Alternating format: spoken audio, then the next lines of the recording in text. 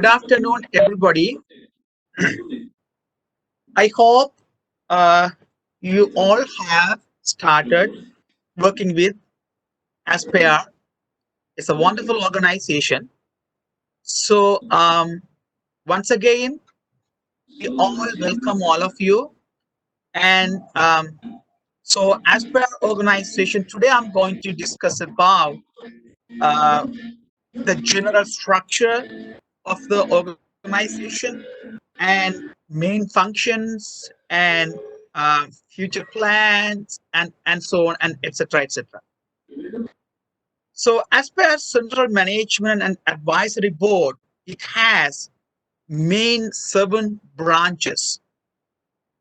First, I would say central anthropological research unit, ethnographic field school, international networking wing, So anthropological sound is not networking clear. wing. Hello.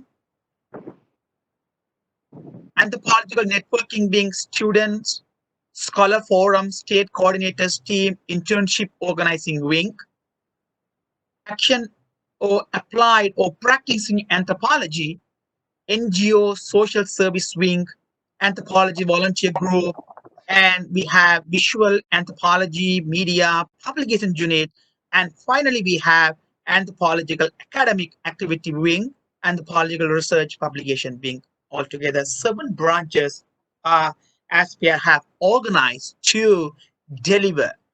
Uh, to work with the humanity or humanism or across the India, even out of the Indian subcontinent.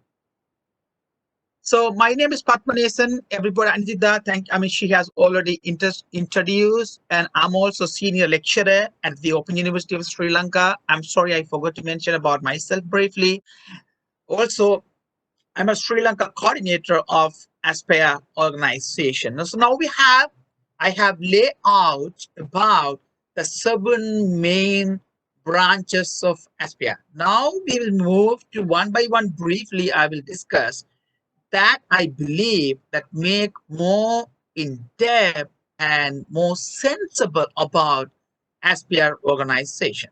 So let's have a look at Central Anthropological Research Wing. This body or this subsection has research wing, functioning board, advisory board, and particularly is a very important that Aspire has already found state coordinators. That's a key thing for Aspire organization. Why state coordinator is a very key thing? Because all the states are connected to Central Anthropological Wing through Central Anthropological Wing to Aspire. So what we are going to do, the state coordinator, they are going to find the resources and they are going to see how they can find a research project and how they are going to do it, anthropological research or development research or internship and etc. etc. And there are lots of things to be done through state coordinators and connected to Central Anthropological Wing to connect in Aspire. So this is the main thing Central Anthropological Wing that has. Also, the state coordinator, they are the one who will be designing or they will be finding about projects for on. What are the project possible projects going to be in the states and collaboration with other agencies, how they can implement those works through Aspire in those different states.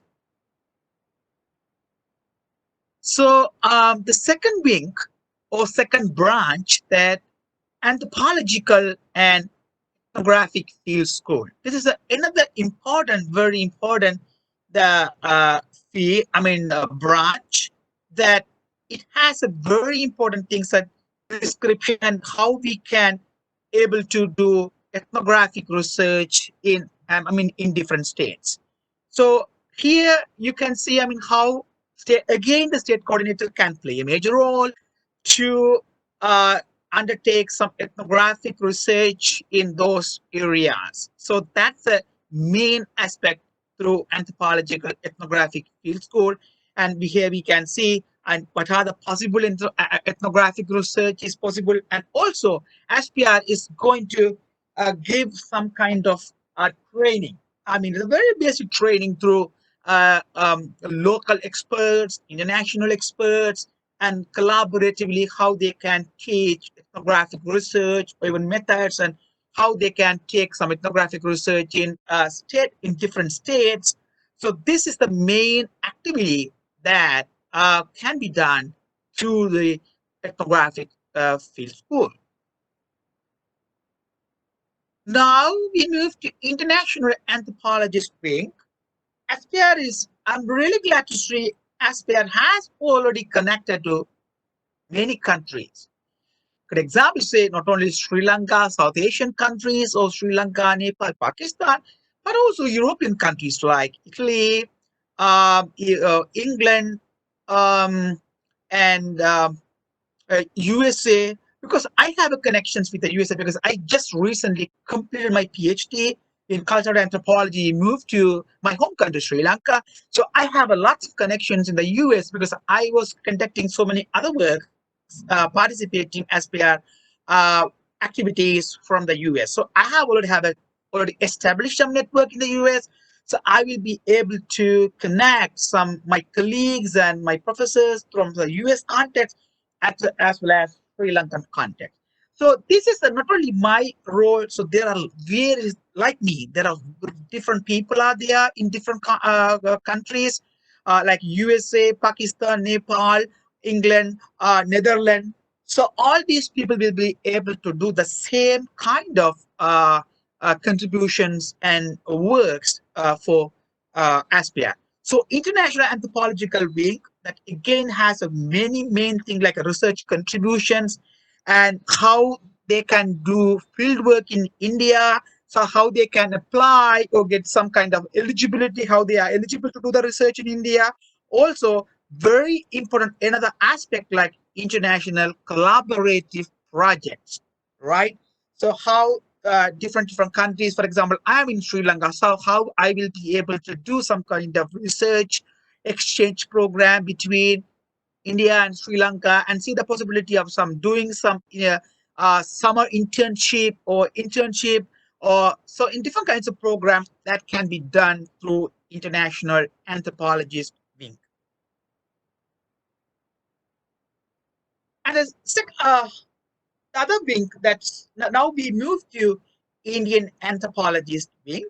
So Indian anthropologist wing, then again, there's a very specific three main structure we can see, like a substructures like scholars forum and students forum. You see, so in Indian subcontinent, we can see how scholars can interact with students and how they can seek for uh, future opportunities like research opportunities, internship opportunities, employment opportunities, and so that kind of so unemployed anthropological forum that can be done and some discussion and employed anthropologist forum. So employed anthropologist forum where lots of already employed who are employed through anthropological scholarship, they will be able to manage and networking with other people to have knowledge and information access to information and networking and etc. So all of this can be done through Indian anthropologist week.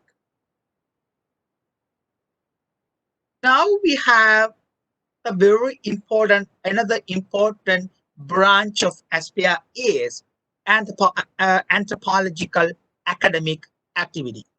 So what kind of academic activity that can be done through Aspire?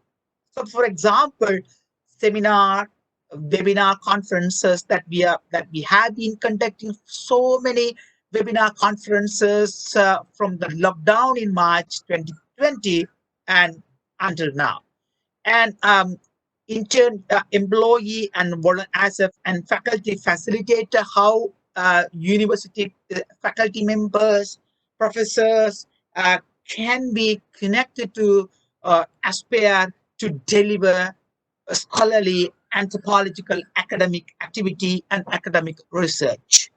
So this is again we have offline and online course like short-term courses. For example, we have to appreciate Valuvan is trying to establish like online courses right now. For example, take example like internship program. That's a wonderful program. Now they have come up with the students to I mean people to identify in India to do this work through online. So everything is back to normalcy, then SPS will be able to think about possible in the future short-term courses, classes offline, like in person or in physical classes and workshop. So these are the main thing can be done through anthropology academic activity and seminar and webinar conferences and workshop and online and offline courses and etc. So now we move to visual anthropology, print and publication media. That's another fascinating branch of SPR that we need to have it. Because SPR is hoping to have visual anthropology branch. That's very interesting to have documenting tribal culture or even changing tribal societies or even from a non-tribal community and possible digitalization of cultural practices that can be done through visual anthropology branch as well as print and publication media because we were thinking about through SPR, we will have to like editorial volume, like editing book or editing articles or even um, developing a specific journal through SPR. Also, how that publication and media forum that can be done, like for example, Facebook and YouTube, and how we can have ethnographic documentary movie. So, for example, take some tribal communities' wedding or marriage ritual, or religious practices, or farming, or even specific ritual practices, or even temple festivals. So any anthropological, cultural thing can be documented through ethnographic, anthropological research, documentary unit. So all of these activities will be discussed or will be implemented through visual anthropology or print publication media. So, for example, publication media, I would like to say in detail that in the future we will be able to collect uh, very fascinating articles and papers that can be edited and published through Aspire. So that can be a publication unit can gather all the reports, all the research outputs, and all these things can be done through visual anthropology and print media publication unit. Now, another section you all might be interested or you all would be uh, excited to see action anthropology. You see, there are we can see the two sections of anthropology. Usually, they were people like me, because I'm a faculty member. We usually work on academic-oriented research. Like mostly, we do to go to the field and come back and data analysis and writing research papers or book and that kind of very academic-oriented research.